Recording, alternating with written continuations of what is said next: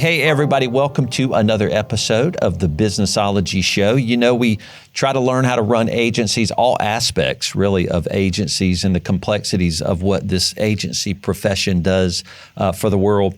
And we have a really narrow niched expert with us on media. We deal with a lot of clients who deal with media, and it can be a pretty complicated thing. So Pruitt is joining us, runs her own media company, and she started as a senior sales executive for a huge media outlet before she started her own company. And after discovering her talent, she founded Mosaic. That is her agency, and works with a lot of agency clients. Client success is her number one priority. And that's how she measures her accomplishments, and she's growing big time. So, Mary Ann, thanks for coming on the Businessology Show. Thank you, Jason, for having me on. I'm really looking forward to it. Yeah, very cool. Well, we work with a lot of agencies, and they're mostly full-service digital agencies. Mm-hmm. Some of them dabble in media, and some don't. What's your advice? Would you say stop dabbling in media? Because you do it all. That's all you do. So, that's all we do. Yeah, tell me the dangers of dabbling in media. Dabbling in media, you really, truly fall into the trap of not doing it well. Mm. You used to be able to dabble in media. When I started my career over 25 years ago, you could dabble because you're talking radio, print, outdoor. You're very minimal of what you can do. Yeah. You have radio, television. That's it. You know, there's not much. And so you can call a radio rep, you can call a TV rep and get it done. The problem in today's world when you dabble is now that we're bringing in digital, now that we're bringing in different tactics to work with the traditional tactics, you have to do them right. And a lot of times what ends up happening is agencies will find the temptation of just going to a radio vendor or a TV vendor to get stuff done, even in the digital space. And you're not necessarily doing it the right way if that's how you're doing it. And so dabbling and just dipping the toe in is dangerous territory in today's world because it's now become an expertise. Yeah. And you really, truly either need to invest in it or find partners to work with in it. Okay. Yeah. And so just kind of, I'm like a second grader. So teach me, what is digital? What is out of home? Sometimes I'll call things traditional as opposed to digital. And so are a lot of those words correct, or what are those things that I'm saying?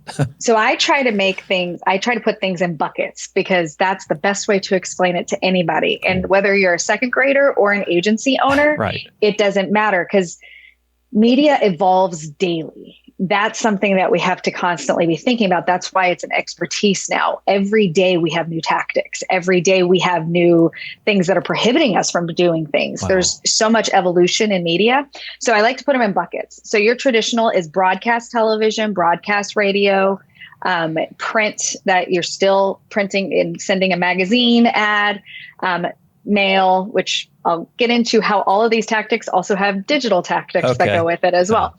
So you have all of those pieces that are there. Outdoor is billboards that you would place that you have to have it up for a minimal amount of time. That's traditional. Okay. Then you have your social. I like to put that in its own category as well. You've got your LinkedIn, you've got your Instagram, all of Meta, everything that falls into that. You got X. That's one category.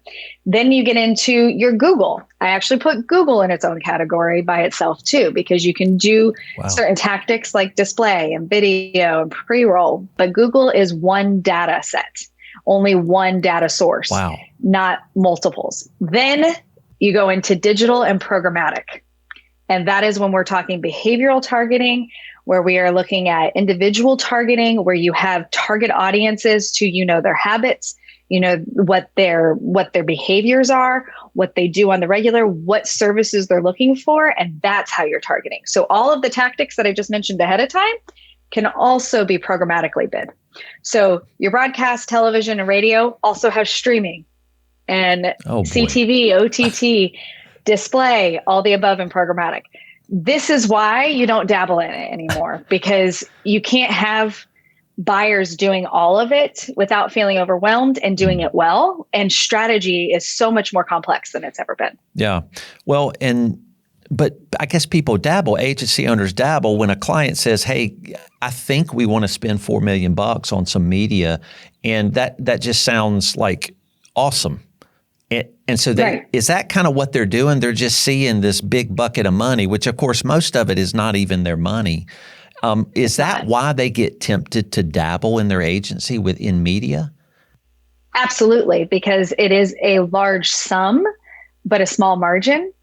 And therefore, actually, if you were to calculate, and so some things we do for agencies is actually come in and assess what they're currently doing in media and say, okay, if you're actually going to look at your AGI, your adjusted gross income of what you're taking away, you're losing money on your media department. And because once you put in the overhead, once you put in all these different pieces and tactics into it, that AGI on media actually may be costing you $100,000 a year, $250,000 a year. You're not making a return on that AGI. And so that's something that's really important to also assess and look at. It's not something that you should just go to multiple vendors to anymore. It really is that specialty. Either you're going to invest millions of dollars and build a specialty team and build the way you can do that correctly, because in programmatic, you want to have a direct seat on a DSP. That's what we are, is a direct seat, which a DSP is a demand side platform that you're bidding to the source. If you go through a TV vendor for programmatic or for streaming, you're multiple steps removed, and you don't want that for your clients. If you can avoid that, you want a partnership as opposed to a vendor relationship. And so, yes, you see $4 to $5 million and you're like, yes, this is amazing. Once you calculate your expense to that $4 to $5 million, you may not be making any money. Your return is minimal, and you actually may be losing money. So you're tempted on the big dollar amount, but at the same time, you want to keep the creative, and you want to keep the web development. And you want to keep all of those things. So it's creating a best of both worlds that you can really assess, and there's options to do it. So basically, a media department done well in an agency is you're going to have a VP role. There's a strategy role to media, and then there's a placement role. Somebody that's actually placing a lot of this. Is that the media team, or I guess it could be a huge media team? But what are some of the key roles that y'all have to have? Because that's all y'all do is media. What are some of the key roles that are split up, and who does what and why? So you have to have VP and probably a director of media. Those are highly strategy and managerial roles. But that director of media is overseeing the media department. From there, you have to have planners and buyers and the doers. So the director of media is very strategy, very planning. But you also, depending on how much you're placing, you are having planners underneath that director of media as well that just do planning, just do strategy. And then from there, you have the buyers and the implementers. So with that, though, you have to this is where the temptation comes in, because you're like, oh, okay, we'll just, outsource this or send this to this vendor, or send this to this vendor. And strategy is not very thought through and frankly, that's not how you're going to keep clients long term. Sure.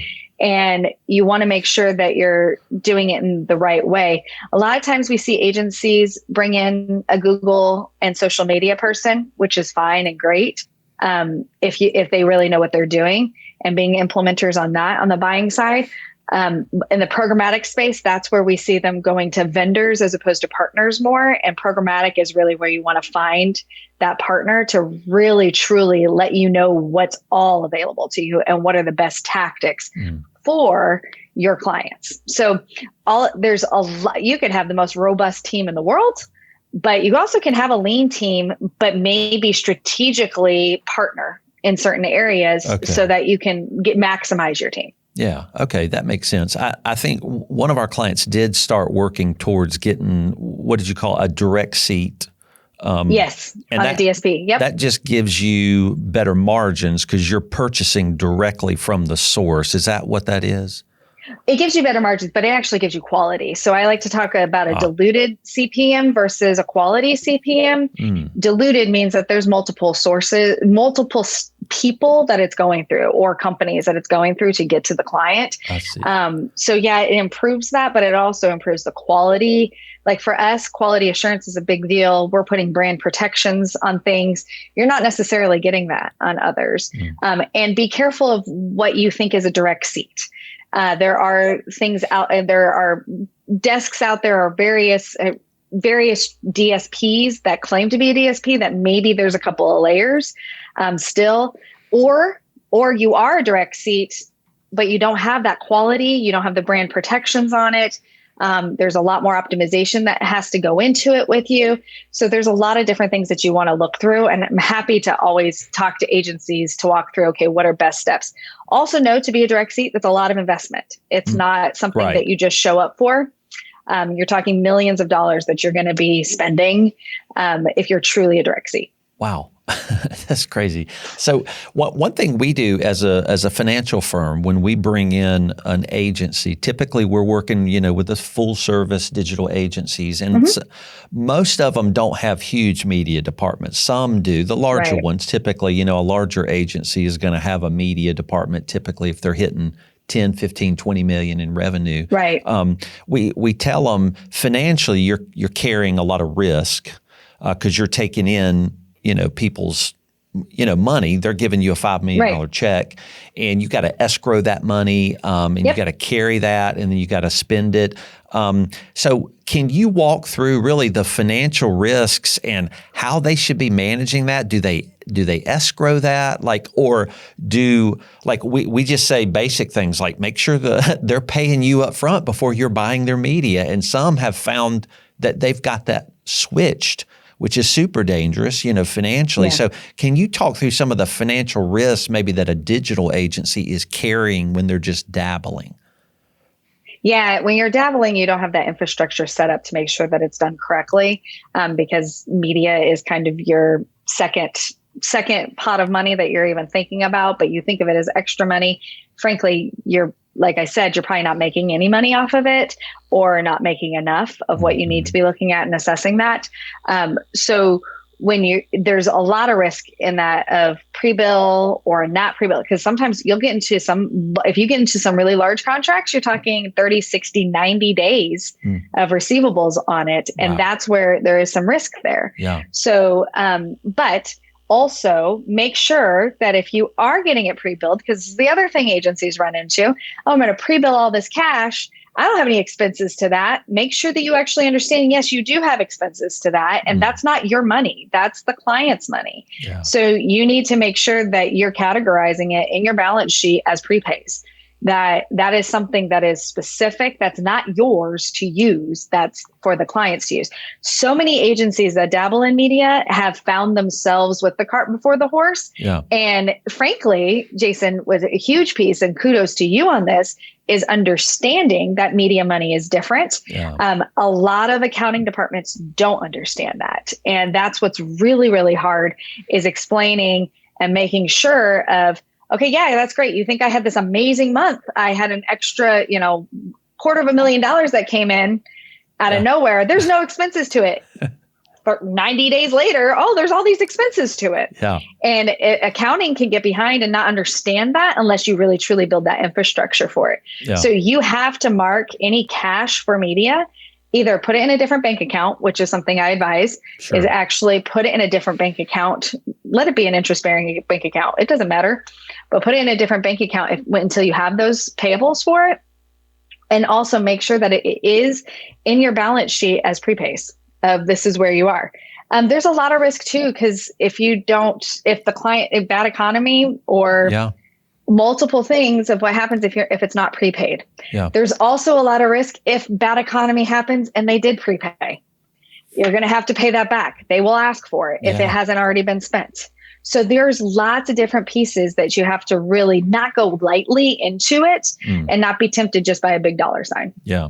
Well, I guess it helps as a firm. We really focus on agency. So we run into it enough where, a lot of times they don't, even in the financial displays on the balance sheet and the P&L, they're not listing these things out separately. Right. So if at a minimum, we want to show them, if they do media pretty regularly, we want to separate out, media money in, spend out, and we kind of want to show that. And so we're trying to show them their margins. Like, what would you say minimum as a margin you need to be making this? Or are the margins different on digital, traditional, and all that? What are the margins and what should they be? Well, I always like to say you need to shoot for 15%. However, the larger the client, the more they know that that's what you want to shoot for. And they know that they have leverage for it. Right. So if they come to you and they've got $8 million, $10 million, they're going to be like, you need to be at 7%, or you need, and that's where you need to like, and margins are more and more are shrinking in that sense. Even more reason why you really need to evaluate what you're doing with your team and what's the best way to go forward. Really think through that. And, I'm always offering that help, because that's something that is huge of let us come in and assess what you currently have and see if there's ways forward. What are ways to move forward with it? How do we change that? It may not be changing everything. It may just be changing one or two things to make it better. So those are the things that you really have to think through on it. But you are spot on that the margin side of it. So this is how I like to look at it. Look at what the margin is of the media. That's what you have to play with as the agency owner. That's your AGI. That's it. Right. If you're not hitting those AGI goals, or you're overstaffed for that, know what your media AGI is separate from everything else in the agency. Know what that is. Yeah. Start diving into that. Look at that AGI just for media, and then look at your costs just for media, and start to plan that out. Okay, maybe I need to think it through some other options. Maybe I'm not. Because a lot of times this side of it, the AGI is so high that you don't realize that you're actually losing a lot of money on departments and on media. And that's where it really, truly, the future of agencies, we have to start looking at AGI by department, not just AGI right in front of us of total AGI, because there's so much blinded expense that we're not paying attention to. Yeah. I mean, is there other money to make other than kind of the spread and the margin on what you're buying? Is that mainly the revenue you get? For the most part, I do more and more suggest start talking to clients about setup fees and things like that. Okay. Research, strategy, research on our end is so extensive now. We've been using tools that pull all spend, digital, traditional, creative, from competition, audience analysis.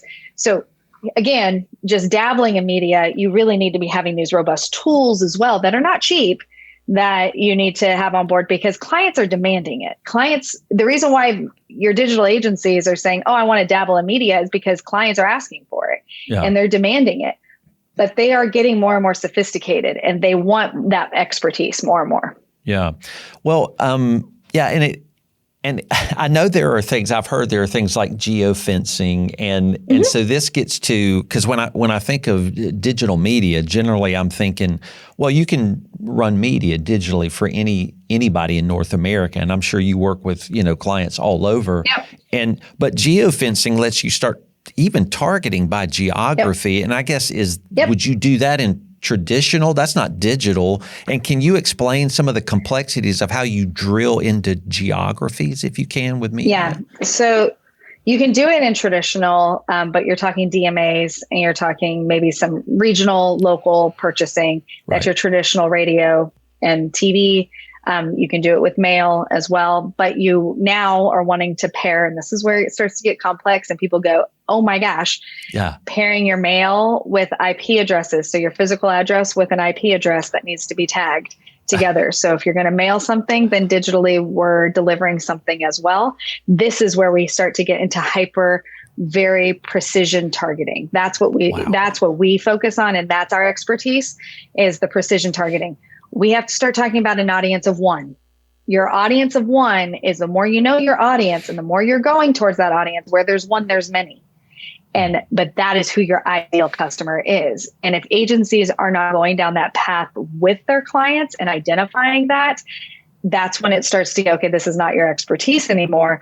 You're just you're doing the gunshot approach, which is fine for overall brand awareness. But now I need to be able to track the individual lead. I have to say that this individual lead came in the door from these different tactics that we did. So the precision targeting is an extremely important part of media now. And when we look at it, the overall tactics of the funnel, and the funnel's starting to flatten a little bit, but we still have those tactics of your overall brand awareness, going through that customer journey to when they actually say, okay, I need this. So I actually need, but that's months depending on what you're doing and what your service is and what your customer, what you're selling, what your product is. So when you get into that, yes, geofencing is one of many things. Blueprinting is another thing, another format of I'm targeting just a competitor's location or my location. And when somebody has served a digital ad, I know when they then walked into my physical location because I've blueprinted their device has been tagged. Now I know that lead has walked in the door. That's wild. I know that they're there. I know that if I click on a digital ad, I can serve a mailer immediately to that IP address, that physical address that went straight to that IP address. So there's so many things now that you really have to pay attention to, but the precision targeting is an extremely important part. That's why the dabbling is harder and harder to do, because you have to be an expert to know how to do precision targeting. And again, in programmatic, that's knowing behaviors. Not only am I just saying now, trying to target a woman that's 35 to 54 years old. It's no, I want to target the 43-year-old woman who has a full-time job, has 2 children, has aging parents, makes $100,000 a year, drives a Jeep, likes the outdoors, likes to garden. That's my audience. Wow. So now that's a different level of what I'm targeting. So geofencing is one piece. That's where they physically are based on a physical location. But geofencing with those habits, because that's where my location is, because I'm a gardening shop, that makes that much more difference, because now I have behaviors targeted to that geo location and to that zip code and to that area. And I can tell you how many impressions are available with those behaviors tagged to it beforehand. So I can say, okay, this is the data that we have available in this geo spot. So this is way more advanced than what media has been in the past. That's why it's such an expertise now. Yeah. What's making it so advanced? Is it that the geographical or the demographic data of people is now, we're giving it to people, right? We all have phones and we're actually entering our information. So now people like you have access to this data. And I guess it's, it's got the name stripped out of it or something like that. I don't know. But is it because we have given our information to the World Wide Web? Well, it's interesting because, frankly, 25 years ago, we were giving our information then. Remember surveys and magazine surveys and things like that? Like, I'm that old school that I remember, going to a Warren Miller movie. I love to ski. My whole family skis. And I remember going to these Warren Miller movies and being like, this is the kind of vehicle I drive. This is the way it is. I'm entering. Okay. Yeah. So we've been doing this for years. It's not anything new. Now it's just the internet. Now it's just more complex and it's more advanced than it's ever been. So it's interesting because when we get into the generational differences, my father who's in his 80s versus my teenage son, they think of it differently. My teenage son is like, that's the expense of me getting the internet for free. Yeah, I have to pay for my internet costs, right? But I consume the internet for free. They know, and they've never known anything different, that's fine. If you're going to tag me with ads, you're going to tag me with ads. My father, who's in his 80s, gets freaked out by it because that's not okay. Why are you tagging me with these ads? So generationally, there's a big gap, but there's also first-party data. What are you doing as an agency to help your clients collect first-party data on their own side? Because if they have first-party data and we are able to get lists from them and we're able to upload that into targeting, we can individually target your target audience that has already either consumed your product or wants to consume your product because they've given you that information at some point. And then we can build lookalike audiences. But there's other things we can do with that now with first-party data. Then there's the third-party data side of it, and that's the behavioral targeting. Get to know your customers, get to know who they are to that level so that then you can really build out a plan to target them. And that's where we can come in and say, okay, if we're looking at this is an idea of who we think your target audience is. It doesn't have to be a lot of behavioral targeted layers added into it, just a few. And then we can say, okay, this is what we can estimate your impressions to be. And that's where, you get into this building. That's where the strategy piece is so important, is being able to, okay, where are all the impressions that I can get of my target audience and name that avatar, name who it is, put a name on your customer and start building out around them and look at it in that way. And that's kind of what y'all help them clients do, is build that avatar. Who is it? And of course, the client often doesn't know really who their avatar should be. And so you help them design that, I guess. Yeah. And for agencies, they're working, whether they're working with a CMO, whether it's a small mom and pop, whether it's a brick and mortar, maybe it's an online e-commerce, it doesn't matter. CMO's jobs, marketing people's jobs is getting harder and harder because they're having to be more expertise, but they're usually one-man, two-man shops. Like they're two-man departments within a big organization. If it's a huge organization, I've worked with some of the largest brands and they have two people working in marketing. They have more work on their plate than ever. So you as the agency can come in and be that hero to them of helping them out. And really, for us, the majority of who we work with is agencies. And we come in and we help you with building out that strategy for the media specifically. You're going to have everything. We're going to work with all of your departments to make sure that client's getting what it's needing and really giving them the strategy, making you look as smart as you possibly can going to the table, talking to that client. And frankly, you usually get more budget out of them when you have an expertise backing you up. Yeah. Okay. That makes sense. And it's interesting, Mosaic does work directly mostly with agencies. So you don't do direct client work as much, you probably can, but who do you work with most? Just agencies? Agencies are who we primarily work with. Either we're the full media department for an agency or we supplement areas for your agency. We play well in the sandbox. Yep. So we work really well, whether you have multiple buyers and you need relief, or if you need an expertise in a certain area, we work with some of the largest agencies to the smallest mom and pop agencies to help them with all of it. So it depends, but that is our expertise, is working with agencies. When we work direct to brand, it's usually a direct in-house agency. So I still count it as an agency on that side because they are in-house.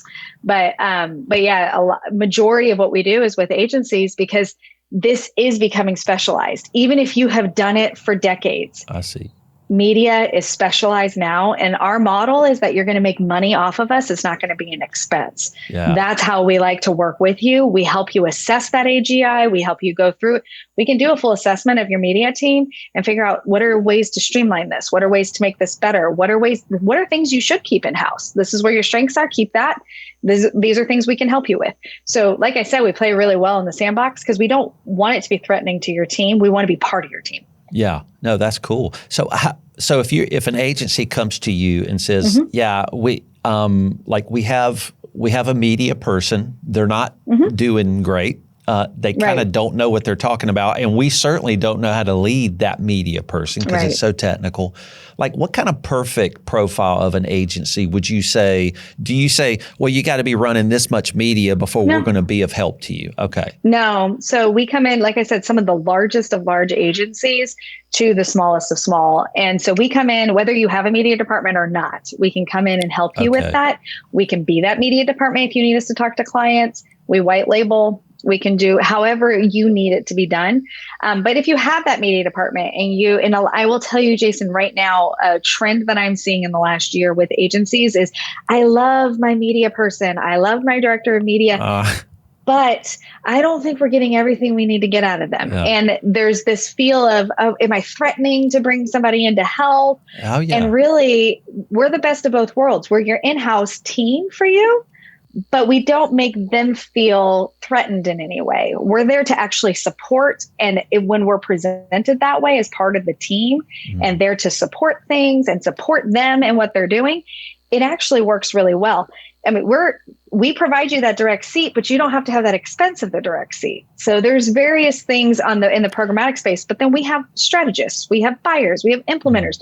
So whatever piece you need carried, we can help you with. Yeah. Well, just internally in your company, Mosaic, y'all must be structured in a certain way. Like an agency that has their own media department, that's already complicated enough. Yes. If they have a VP of media and some buyers and planners, well, you have a VP of media and buyers and planners, and you're doing it for a whole bunch of clients. So how do you keep track of all that? Well, we've built a machine. It really is a full fine-oiled machine on how we do it. And it took many years of practice to get that machine down of how to do it. But, our accounts teams work with you, but they know media too. So our AEs know media just like our buyers do, even if they're not the ones implementing or carrying it out. But that is what they know, eat, live, and breathe. So whoever you're talking to on our team can offer that and can help you with that. So it really is a fine oiled machine for you to have the team as an agency supporting your team and being able to back up everything that you have. Yeah. Do you come in sometimes and you do replace the media team? Those agencies who go, our media person is not good, you're our hope to fire them. I guess that happens. Yeah, it does. We try very hard. A lot of times agency owners have a big heart and are very loyal to a fault. I understand that. I'm an agency owner. We are loyal to a fault. Right. And so we want, as a last resort, we actually want to look and see, is there a way to assess, unless you truly are, this is a horrible situation. We got to and we have known this for a long time. We got to get this fixed, but we can come in and help and assess and see. And we're very honest and upfront of, okay, this is where we need to go. But a lot of times agency owners, 9 times out of 10 want to say, hey, we want to make sure we keep this person. How do we work this out to have multiple ways of working this? One thing I will say that's a trend more and more is the fact that overspending in your media department is causing, once it is eye-opening. When we come in and we assess what you're doing and what you're actually making on media, a lot of times agency owners go, I had no idea. I'm losing $250,000 in media every year. It happens. It's happening a lot right now. Because it's also, you need more people and your margins are shrinking. So it's very hard and difficult to produce that. And so a lot of agencies, when we come in, that's probably the most eye-opening of, okay, now we got to reassess, where do we need to be? But a lot of times they end up saying, okay, this person's a great whatever. Actually, we can move them over here because they also have the skill set. Because the other trend is, Jason, that media is not their only thing. And in agencies, especially if you're dabbling in it, you have an AE doing media, or you have other people part-time doing media, and it's not being done correctly. And actually, if you free up their time to have someone else and you find a partner to do the media, you're actually making more money on them in billable hours than you are over here of them trying to dabble in media part-time. Okay, because then you can move that role to more of a strategic role that you can bill out by hour. Yes, exactly. And strategy is going to make you more money than the doing of media. Yeah. So real quick on strategy, I know there's so much on strategy probably, but I mean, what's the first thing you think about? Like you and I were talking about Hilton Head in South Carolina before we got on the call. If the city of Hilton Head said, hey, to this agency, I'm going to give you all of our media, you've got to push us throughout the whole Southeast, or a political campaign. Comes in for a period of time and says, you get all of our media. How do you start approaching strategy with such different types of strategy? Is it the ideal target? Is that what you start looking at first? Okay. Yeah. So you do. So there's the common threads, and to not oversimplify it, the first thing that we always have to look at is we need to start as agencies, need to start looking at an audience first approach. And I think that's in everything, in creative and web dev, like all the above. We need to think, who's the audience first?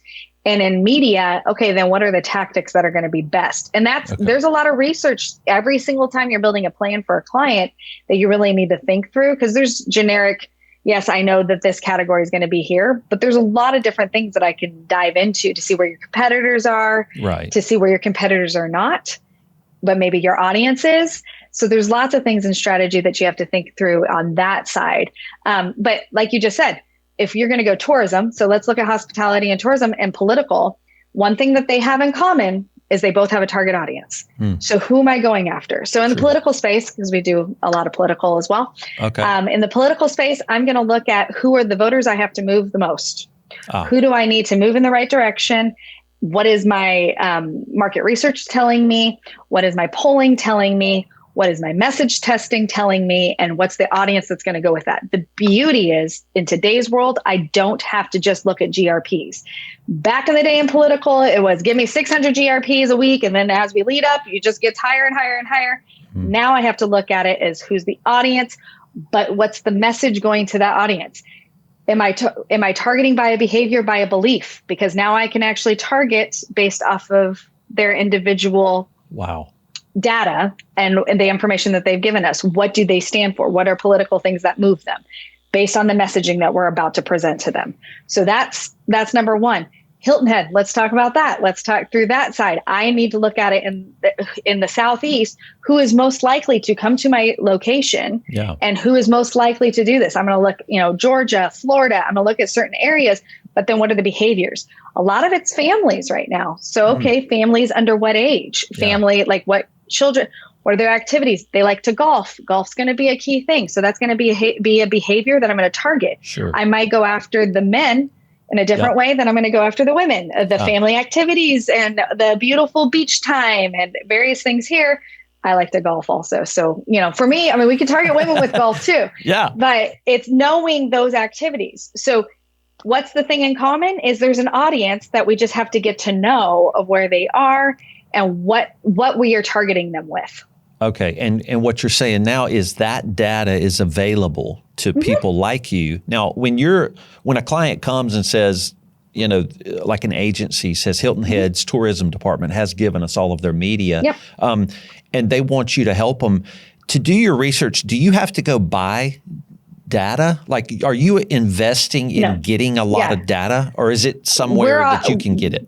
Well, so we are, because we're direct seats and because of various tools that we already have. Okay. You as an agency don't have to subscribe to anything. We're going to have, we'll have various ways that you need to charge it back to the client and our minimal cost to you, but we leave room for you to mark it up based on the cost that we have on an annual basis.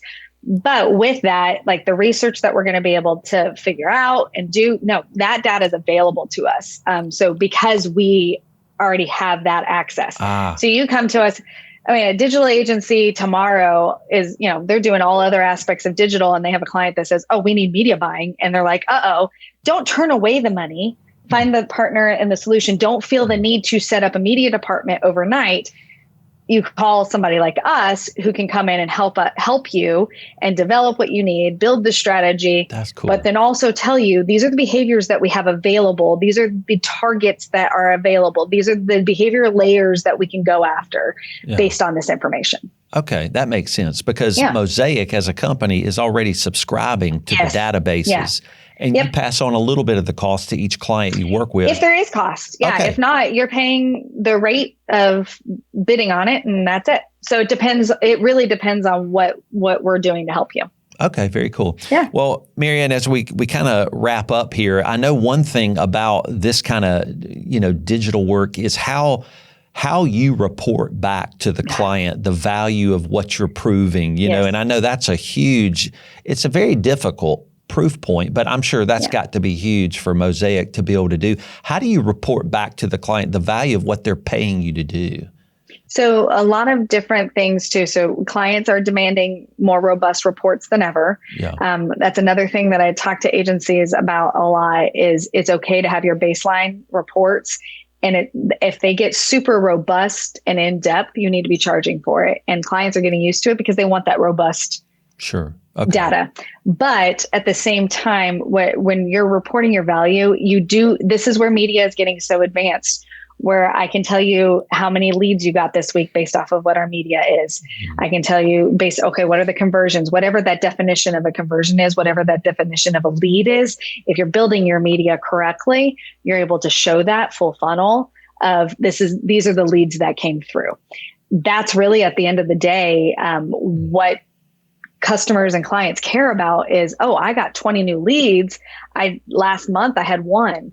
Now I know, through this source that this is happening. And so we have to show our value through that. But the good news is, because Jason, when I started years and years and years ago, I remember I had a sales manager that said, he had a customer that asked him, well, how do I know my advertising is working? And he goes, well, is the cash register ringing? And I'm like, okay. I remember thinking, how cliche is that? That's totally. Like that gives me the icks, right? Like that's not a fun feeling. And I remember thinking that. Now though, we actually have the tools to say, no, you got this many leads off of your media. This is actually there. That's why dabbling in it is dangerous, because now you can actually, if you have a partner that's helping you go through that, they can present that. They're able to show these are the leads that you're getting off of this. And that's when it's becoming advanced, and that's when it's becoming an expertise. Yeah. Like the UTC code that you're attaching, you can actually follow a person clicking to your page. They bought something and they came from a LinkedIn ad you posted. Yep. So we have tags that we put on all ads. Then we also look through, like I talked about blueprinting, we can also look at physical locations that once they walk through your store, I can tag that back to the ad. There's lots of different things now that we can do. And it really is showing the client that you have customers coming in your door, and it's not a mystery. Remember the old adage of, I know my advertising is working. I have 100% of it. I know that it's working. At least 50% of it is. I just don't know which 50% is working. Yeah, I've heard that. Like that. Now we can actually say, okay, this is actually where we're getting leads. And when you're building a strategy, and I will say this, there's a lot of money in the past where it was like PPC worked so well, and now it's not working. And it's really, truly because you're not nurturing any leads to get to that PPC. PPC is not the same tool that it was. You have to evolve. You have to adjust your media to see what the consumers are doing to get to that level. And now we need to look at more brand awareness to bring in those leads in the PPC world. Okay. And now we can follow them through that journey. Yeah. So it's more complex than it's ever been. Yeah. That's wild. And I guess, so, I mean, we can wrap up here, but what's wild to me is that you said this is really daily work now. It's so technical. It's an everyday thing that you're tracking things. And that is just wild. No wonder you're in business to help agencies because it's so complex. It's complex, but really, truly to do it well, we optimize daily. And we're looking at everything on the back end daily. What is the data telling us? Data always has a story. And what information, if we're seeing something take off in a certain area, then we need to shuffle budget over here and look at different things, but it's in real time. Mm-hmm. This isn't something where it just used to be just a mystery of anything. Everything's in real time now. Yeah. And that's where we can go with it. Yeah. And it has to be because the money is being spent consistently all the time, and you got to shift those budgets around and get them spent in the right place so quickly. Absolutely. And traditional is not dead. I mean, we have teams across the board, and they all have their role and their best use, but they need to be used together so that we can track things and do things. So there's very different elements that need to come together, but that's an expertise. You can't have apples and oranges talking to each other unless you're going to make a fruit salad, and you really need to make that fruit salad. You got to throw in some other fruits, some strawberries and raspberries and blueberries to make it really good. Yeah. But that's where you have to, it's that mix for the audience, and you have to get back to that audience of one. I love it. Okay. Yeah. Well, Marianne, how do people find you if they want to learn more about Mosaic? Absolutely. So you can go to mosaic.agency/contact. That actually comes directly to my email address. Okay. Happy to talk to any agencies, pick my brain. Okay. We're happy to help however we can. Even if you just want information of what's out there in media, happy to stay in touch. And then find me on LinkedIn, Marianne Pruitt. Love to connect with agency owners. It's my favorite thing to do. I'm always on the road too. So if I'm ever in your area, it just is, I love to stop by and say hi. So always love to connect with agencies however I can. Very cool. So mosaic.agency/contact. Correct. Yep. And that form will go straight to you. So, okay. Yep. Well, cool. All right, Marianne, Thank you for being on the Businessology Show. We appreciate you. Well, thank you, Jason, for having me. It was a fun time. All right. Take care.